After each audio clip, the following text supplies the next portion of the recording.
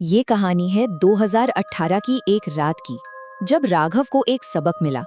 एक ऐसा सबक जो सिर्फ अमावस्या की रात ही सिखाती है।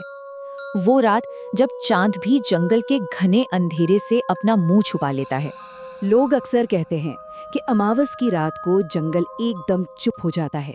सन्नाटा, इतना गहरा सन्नाटा कि इंसान को अपने दिल की धड़कन तक सुनाई देने लगे। पर सच ये नहीं है।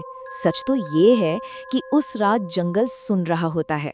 उसकी जमीन हर कदम को महसूस करती है और उसके पेड़ वो सब देखते हैं। पता है, इस जंगल में कुछ भी भूला नहीं जाता, सब याद रखा जाता है। तो राघव, समीर और विकास, तीन दोस्त एक मामूली सी रोड ट्रिप पर थे।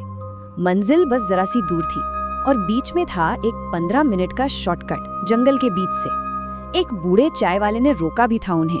कहा था, आज अमावस्या है, जंगल के अंदर मत जाना। पर वो तो बस हंस दिए।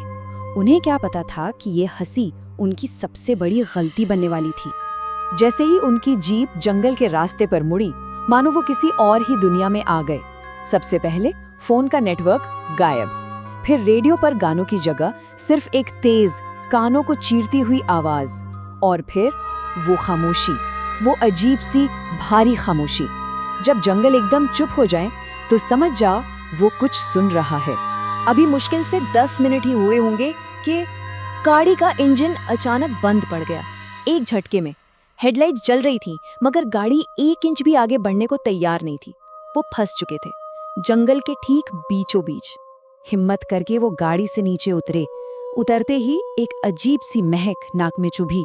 गीली मिट्टी, सड़ी हुई लकड़ी और जैसे पुराने सूखे हुए खून की गंध। तभी उनकी नजर थोड़ी दूर पेड़ों के बीच छिपे एक पुराने जले हुए से मंदिर पर पड़ी, और उसके गेट पर साफ साफ लिखा था, यहाँ रात को कोई नहीं आता। मंदिर के रास्ते पर गीली मिट्टी में पैरों के निशान थे, किसी के नंगे पैर जो अजीब तरह से लंबे थे। पर सबसे डरावनी बात यह थी कि निशान मंदिर के अंदर की तरफ जा रहे थे, लेकिन पंजों का मुंह बाहर की तरफ था, जैसे कोई उल्टा चलकर उस अंधेरे में गया हो।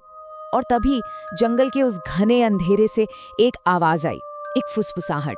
किसी ने राघव का नाम लिया था, बहुत धीरे से खींचकर। राघव। सोचिए, एक ऐसी आवाज जिसका कोई शरीर नहीं, जो बस हवा में तैर रही हो। डरते कांपते वो तीनों मंदिर के अंदर गए। अंधेरे में एक टूटी हुई मूर्ति के ठीक नीचे सूखे हुए खून से कुछ लिखा था, अमावस्या का पहला नियम। अमावस्या की रात जो बुलाए उसका जवाब देना मना है। ये पढ़ते ही मंदिर के गर्भगृह के अंधेरे से एक भारी गहरी आवाज गूंजी, 3 आए हो, एक यहीं रहेगा। राघव ने घबराकर पीछे मुड़कर देखा तो समीर वहां नहीं था, गायब। कोई चीख नहीं, कोई आवाज नहीं, बस जमीन पर ताजे खून की एक लकीर थी जो घसीटते हुए जंगल के अंधेरे में जा रही थी। विकास चीखा, भागो! और वो दोनों भागे, पर ऐसा लग रहा था जैसे जंगल उन्हें भागने ही नहीं देना चाहता। पेड़ों की जड़ें उनके पैरों में फंस रही थीं, और उनके पीछे वो आ रहा था, एक लंबा पतला साया जिसके पैर पीछे की तरफ मुड़े हुए थे।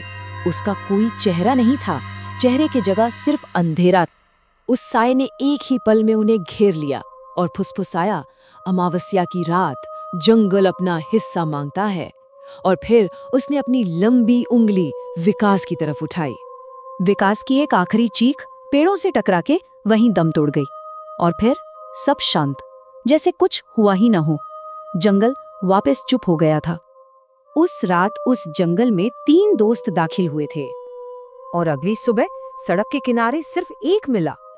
पुलिस ऑफिसर ने बाद में कांपते हुए राघव को बताया, इस जंगल से पिछले 50 साल में अमावस्या की रात सिर्फ एक ही जिंदा निकला है, हमेशा।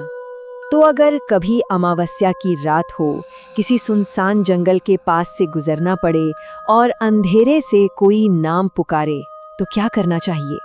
बस 2 नियम याद रखने, जवाब मत देना और पलट के मत देखना। आज अगर अमावस्या है और कोई इस वक्त जंगल के पास है, तो बस ये कहानी याद रखना, क्योंकि अमावस्या की रात जंगल कभी खाली हाथ नहीं रहता। ये सिर्फ एक कहानी नहीं, ये एक चेतावनी है। ये है हॉरर एट 9।